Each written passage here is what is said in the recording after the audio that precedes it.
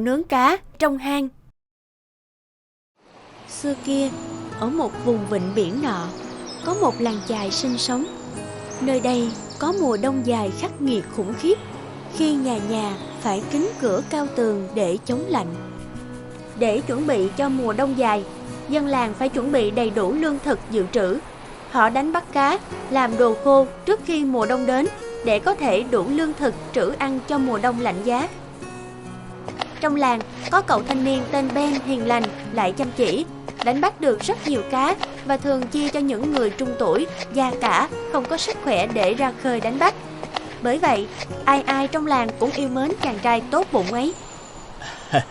Cảm ơn cậu Ben nhiều lắm. Cậu thật là tốt bụng. Ai mà được rể là cậu Ben thì đúng là phước đức ba đời. Dạ, cháu còn trẻ, có sức đi xa, giúp được thêm ai cái gì thì giúp. Không có gì đâu các bác ạ. Mọi người có gì cần giúp cứ gọi cháu sẽ tới ngay ạ. Tôi mà có con gái hen, nhất định sẽ gả cho cậu Ben đây á. Đúng vậy, cậu Ben vừa khỏe mạnh vừa nhân hậu thế mà. Giá như tôi có đứa con trai tốt tính như cậu, có phải hay không chứ? Cháu chỉ mong là khi mùa đông đến, nhà nào cũng có đủ cá để ăn, không phải chịu cảnh thiếu thốn nữa ạ. Đợt đánh bắt cá tới, cháu sẽ cố gắng kiếm thật nhiều để đủ chia cho mọi người. Rõ là lắm chuyện, không có cách nào nhổ được cái gai này đi. Chứ cứ để nó ở đây, cả làng ai ai cũng khen ngợi nó hết. Làm được có tí chuyện mà cũng ra vẻ ta đây. Đúng thế, còn hắn ở đây thì các đàn có giá nhất trong làng chẳng bao giờ đến lượt anh em mình. Chúng ta phải nghĩ cách để hắn biến khỏi nơi đây thôi. Có thế mọi người mới yêu quý mình. Thường trong năm, vào dạo gần cuối mùa thu, trai tráng trong làng sẽ cùng hợp tác trong chuyến ra khơi cuối cùng để đánh bắt nhiều cá nhất có thể, dự trữ trước kỳ trú đông dài. Năm nay cũng vậy, Ben cùng với một vài thanh niên trong làng lên chiếc thuyền chông trên. Anh không thể ngờ rằng một âm mưu thâm độc đang nung nấu trong đầu mấy thanh niên xấu tính đó. Lần này được chung thuyền với anh em từ nhất làng, có gì nhờ anh chỉ bảo cho. Anh quá lời rồi. Quăng lưới đánh cá thì cả làng chúng ta cùng thạo như nhau mà. Chúng ta sẽ cùng đoàn kết để lần ra khơi lần này đánh bắt được thật nhiều cá nha. Nhất định rồi, chúng ta sẽ cùng cố gắng nha. Vậy là Ben cùng đám thanh niên trong làng ra khơi đánh cá. Họ miệt mài quăng lưới, rồi cứ thế kéo lên những mẻ lưới thật đầy cá. Sau khi đánh được một mẻ cá đầy, nặng trĩu, đám thanh niên trong làng đã quyết định dựng căn lều nhỏ tại một đảo hoang để nghỉ chân. Họ dừng lại ở bãi cá dồi dào nhất, dựng những túp lều tạm trú lại để cố gắng thả thêm thật nhiều mẻ lưới đầy trước khi mùa thu thực sự kết thúc.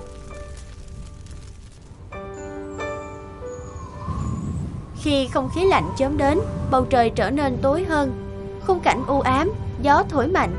Ben cùng mọi người tấp nập gói ghém đồ đạc để chuẩn bị lên thuyền rời khỏi đảo. Khi tất cả mọi người liền giáo giác chuẩn bị quay về làng để kịp trú đông, bỗng cây tô nảy ra một ý định khác. Hay là anh em ta đi chuyến cuối rồi sẽ về đất liền nha. Ở lại dọn dẹp một chút, xem có còn ai quên đồ đạc gì không. Nhất trí, chúng ta lên thuyền chuẩn bị ra khơi thôi. Dù sao trời cũng không thể mưa bão được đâu. Chúng ta đi thêm một chuyến để kiếm thêm chút cá nữa cho mọi người cũng tốt mà. Khi đám trai tráng trong làng đã dông thuyền chuẩn bị đi, cây tô cũng đang chuẩn bị nhổ neo tàu. Bỗng cây tô giật mình nhớ ra. Trời ơi, tôi quên con dao sắc tốt nhất trong lều mất rồi. Tôi không thể bỏ lại nó được. Cậu chạy lại lấy cho tôi trong lúc tôi nhổ neo và chuẩn bị bánh lái được không? Được chứ. Cậu chuẩn bị đi, tôi sẽ quay lại ngay với con dao của cậu. Chờ tôi một chút nha. Tuy nhiên, khi Ben vừa chạy lại căn lều và thấy được con dao nhỏ xíu được găm ở cửa, thì cũng là lúc anh nhìn thấy cây tô độc ác đã lái thuyền đi xa mất. Sao lại vậy? Cây tô, dừng lại. Cây tô, đợi tôi với chứ. Cậu mau quay lại đi. Tại sao cậu lại bỏ tôi ở đây chứ? Quay lại đi. Khi Ben nhận ra thì anh đã chính thức bị bỏ lại tại hoang đảo lạnh lẽo, và chỉ nay mai thôi mùa đông khủng khiếp sẽ ập đến. Nghĩ đến đó, Ben giật mình hoảng hốt. Con dao cậu ta vô tình hay cố ý bỏ lại này chính là thứ duy nhất mình có giữa hòn đảo hoang này. Và mùa đông sắp ập đến rồi. Người ta sẽ chỉ dông thuyền trở lại đại dương khi xuân sang. Chẳng lẽ mình phải ở đây đến tận lúc đó sao? Oán giận giờ cũng vô ích thôi. Mình phải bình tĩnh lại, phải nghĩ cách để sống sót, và chờ đến khi có con thuyền nào ngang qua đây. Lúc đó mình mới có cơ hội quay trở về được. Bờ bên này đảo đúng là đỡ trống trải hơn. Có cây cối thì hẳn là có động vật sinh sống. Mình sẽ phải tự tìm cách sống sót ở đây thôi. Con dao này tuy nhỏ, nhưng có nó mình sẽ làm được một cái cung tên để săn bắn chim chóc lấy cái ăn, rồi dựng một cái liều mới, kiếm thật nhiều củi sưởi ấm nữa. Nếu không mình sẽ bị lạnh cống mà chết mất thôi. Cứ như vậy, Ben vượt qua những ngày đầu đông mà cái rét đã như cắt da cắt thịt. Rồi những ngày tuyết rơi nặng hạt, thời tiết mỗi lúc càng khắc nghiệt hơn. Anh vẫn một mình để cố gắng vượt qua tất cả. Hình như sắp có bão tuyết hay sao? Trời ơi, lạnh quá. Phải nhóm thêm nhiều củi nữa mới được. Bất chợt, một cơn bão tuyết bỗng nổi lên.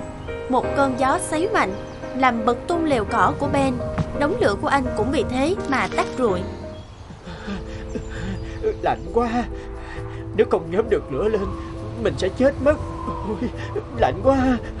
Phải làm sao bây giờ? Chợt một luồng ánh sáng từ phía bờ biển hắt vào khiến Ben chói mắt.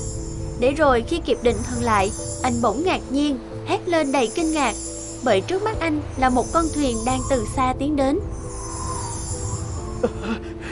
Trời ơi, mình không nhìn nhầm chứ. Kia chẳng phải một con thuyền hay sao? Nhưng sao nó lại sáng rực bất thường thế kia? Phải chăng nó là một chiếc thuyền ma thuật ư? Lạ kỳ, con thuyền sáng rực tiến vào bờ, mang theo rất nhiều thần tiên ghé thăm hòn đảo lúc này đã phủ trắng bởi tuyết trước sự sửng sốt của Ben. Các vị thần tiên từ trên thuyền bước xuống, ai nấy đều ăn mặc lộng lẫy, xinh đẹp và đầy quyến rũ. Họ bày ra một yến tiệc linh đình, cùng nhau thưởng thức rượu và đồ ăn với vẻ mãn nguyện. Mùa đông năm nay tôi thấy hòn đảo này còn đẹp hơn nhiều mọi năm. Đúng vậy, không khí này thật là dễ chịu. Tiếc là chỉ đến mùa đông chúng ta mới có thể đến đây. Giá như ngày nào cũng được đến đây, có phải hay không? Nào mọi người, hôm nay chúng ta hãy thử say rượu xem sao. Cái cảm giác say mà người hạ giới thường thích thú đó. Nhất trí, say rồi ngủ một giấc trước khi trở về nha. Những người kia kỳ lạ quá, mình chưa từng gặp trên đời. Lẽ nào họ không thấy lạnh hay sao mà cứ ăn uống nói chuyện vui vẻ chứ? Mình có nên ra chào hỏi không ta? Thôi, cứ quan sát thêm xem sao. Nhỡ ra họ là người xấu thì... Tuyết vẫn phủ xuống trắng xóa. Ben vẫn đứng sau góc lều chăm chú trông ra nơi các nàng tiên vẫn còn say sưa chúc rượu nhau. Riêng tiên nữ Lani thì đã say sưa, nàng ngủ gục trên bàn tiệc. Ben vẫn đứng sau góc lều chăm chú nhìn ra. Chợt một cơn lốc mạnh cuốn tung mảnh lều anh đang trốn. Một cành gỗ đổ vào lưng của Ben, làm anh giật mình hét lên một tiếng. Hả? Hình như có tiếng hét nào đó mới vang lên. Phải chăng có người lạ nào khác trên đảo ngoài chúng ta sao? Hả?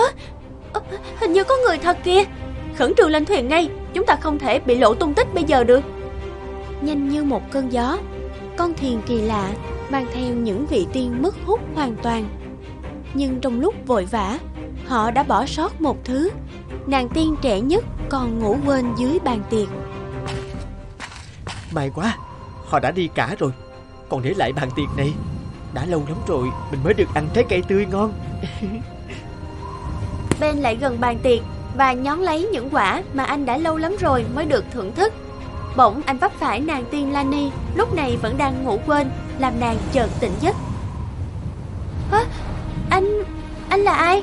Sao anh lại ở đây? Chúng tôi đang dùng tiệc mà. Tôi sống ở làng chài cách đây nhiều hải lý, bị lạc trên đảo hoang này. Không ngờ hôm nay có các vị ghé thăm. Các vị là...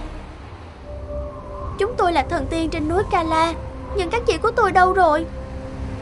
Họ đã lên thuyền rời khỏi đây được một lúc rồi. Có lẽ nàng ngủ say nên không biết. Cái gì? Sao họ lại có thể bỏ lại tôi được chứ? Nếu không có thuyền may đến đón thì tôi không thể trở về nhà được nữa. Trời ơi, tôi biết phải làm sao bây giờ. Giờ đây tôi cũng không biết phải làm thế nào nữa. Nàng đừng lo lắng gì hết. Nếu nàng không chê, hãy theo ta. Thoát khỏi đảo này sao? Mặc dù tôi không thể quay về nơi tôi sinh sống, nhưng tôi vẫn còn lại một chút phép tiên. Nó có thể giúp chúng ta quay trở lại làng mạc của chàng nếu chàng muốn. Thật vậy ư? Ôi, vậy thì mừng quá đi. Nếu vậy, nàng hãy đưa ta về. Chúng ta sẽ trở về nơi ta sống. Ta hứa sẽ yêu thương và chăm sóc nàng suốt đời này. Trở về làng với những vật báu còn lại khi từng là tiên nữ, vợ chồng Ben đã xây dựng một căn nhà khang trang, của cải vật chất không thiếu. Ben cũng không truy cứu chuyện cũ, bởi anh nghĩ nhờ có chuyện bị bỏ ngoài đảo hoang, anh mới có thể gặp được người vợ xinh đẹp của mình. Tuy nhiên, người đã hãm hại Ben bỏ anh ngoài hoang đảo thấy vậy thì vô cùng ghen tức. Biết chuyện Ben đã gặp được nàng tiên xinh đẹp như thế nào, anh ta chờ đến mùa đông năm sau, một mình ở lại đảo, những mong tìm được vợ tiên. Nhưng ác giả ác báo, các vị tiên mùa đông ấy đã không ghé lại đảo.